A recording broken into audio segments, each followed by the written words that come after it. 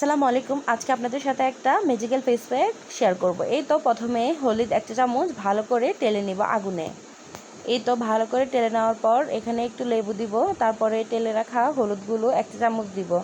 এই ফেস প্যাকটা আমাদের মুখের বা হাতে ইউজ করলে 1 থেকে 2 শেড ফর্সা হবে, রেগুলার ইউজ করা লাগবে। এই তো 1 চা চামচ হলুদ, তারপরে একটু দুধ, খাঁটি গরুর দুধ দিলাম, তারপরে এখানে 1